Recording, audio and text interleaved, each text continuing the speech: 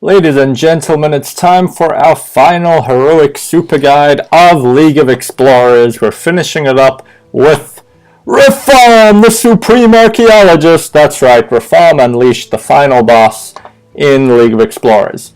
It's a pretty epic battle. There's some pretty unique mechanics going on with him summoning these giant minions. He's immune on most of his turns except for the turn where he summons this giant minion, and then you're caught between needing to kill the minion but also wanting to push some face damage because it's the only time you can actually do damage to him. There's a few keys to the decks you build. One is having lots of removal for dealing with big things.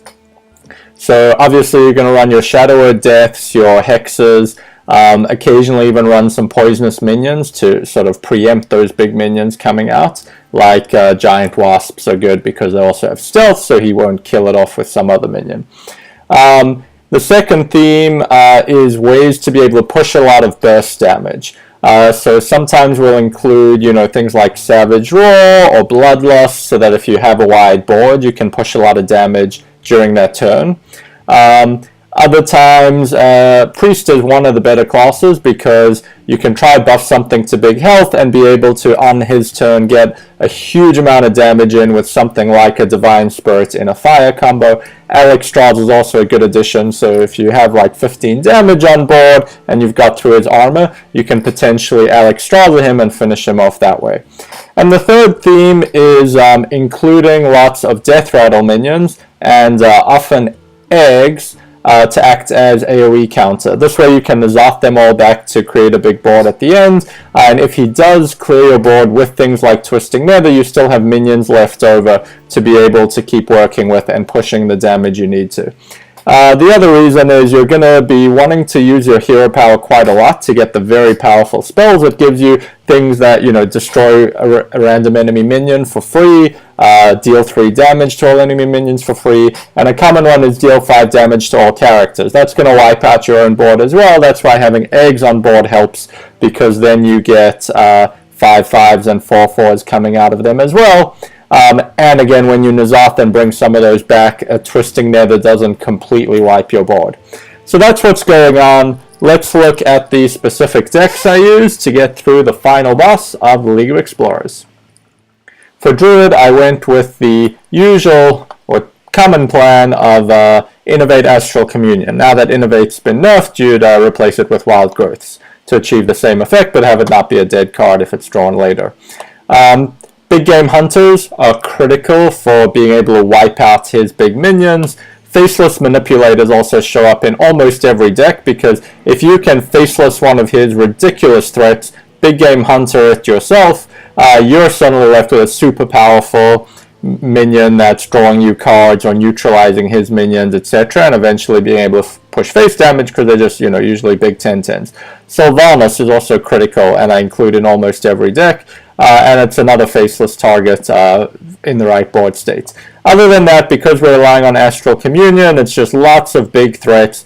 Foe Reap is good for wiping out multiple things. Kel'Thuzad for bringing your minions back. Rag for getting free kills on things. Hopefully it doesn't hit him on turns he's immune.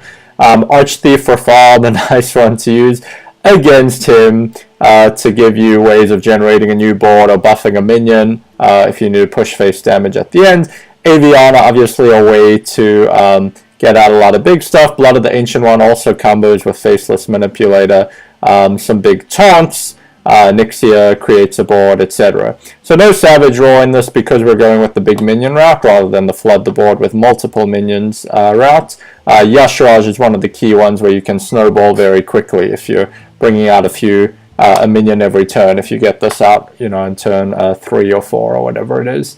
And that's the deck. You're going to mulligan exclusively for your Innovate or Wild Growth and Astral Communion, and when you pull that off, just try get too much of a board advantage for him to counter, even with his big scary minions.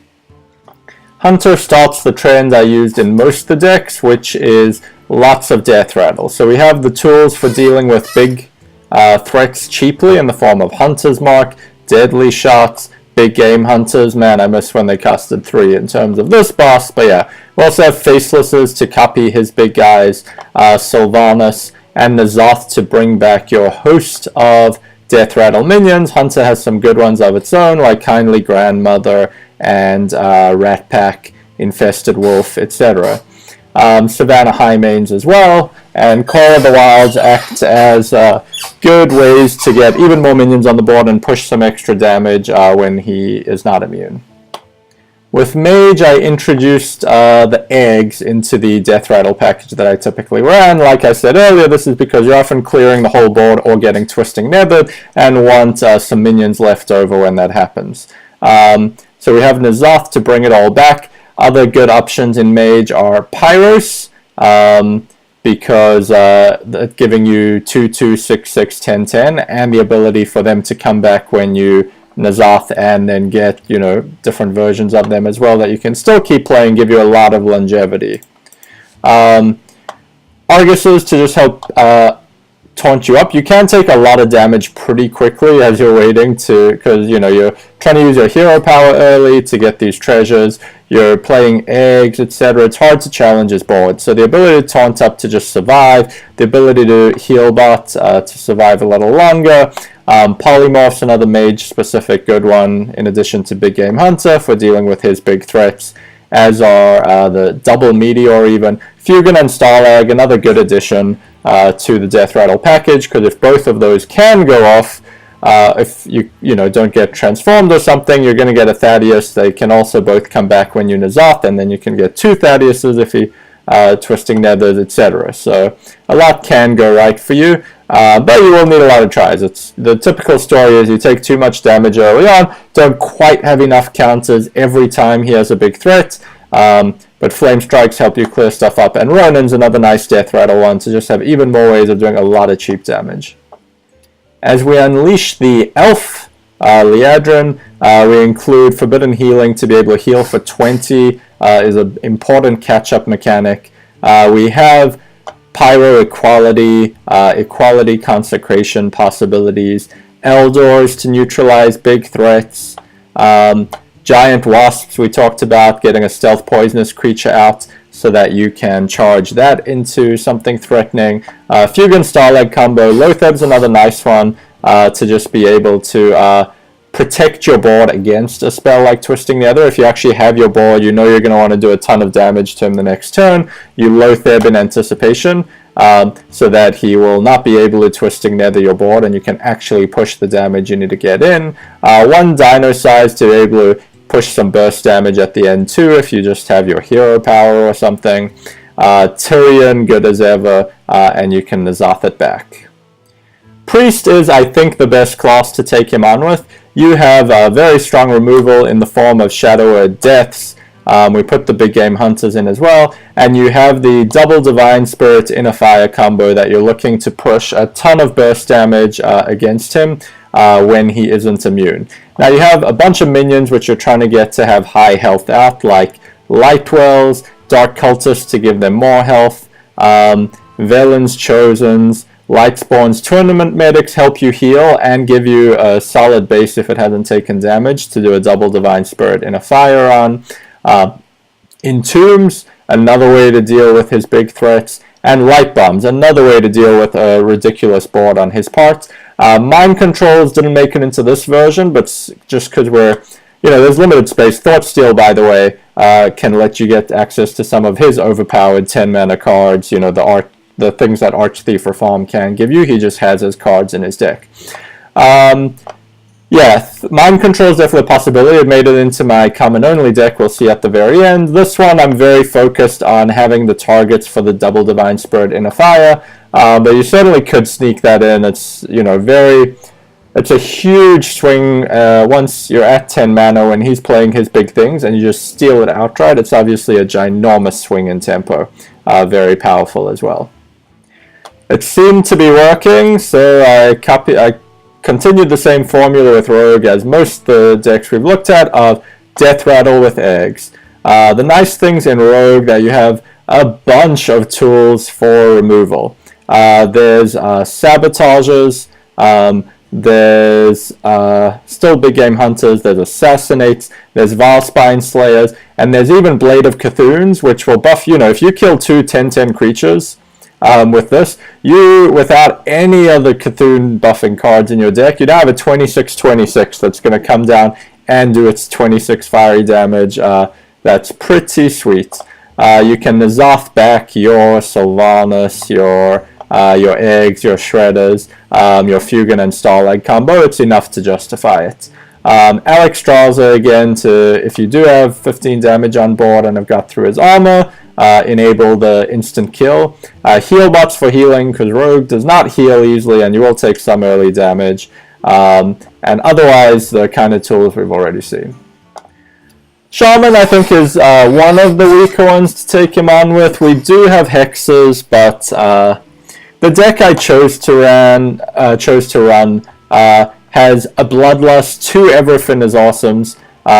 You're looking to, essentially, the reason those are in there is to preemptively buff, but before the turn you actually want to get the damage on, because you'll need to spend mana actually dealing with the big threat, potentially, if you don't have lethal. It sets you up to already have a big board that can do the damage when you need it.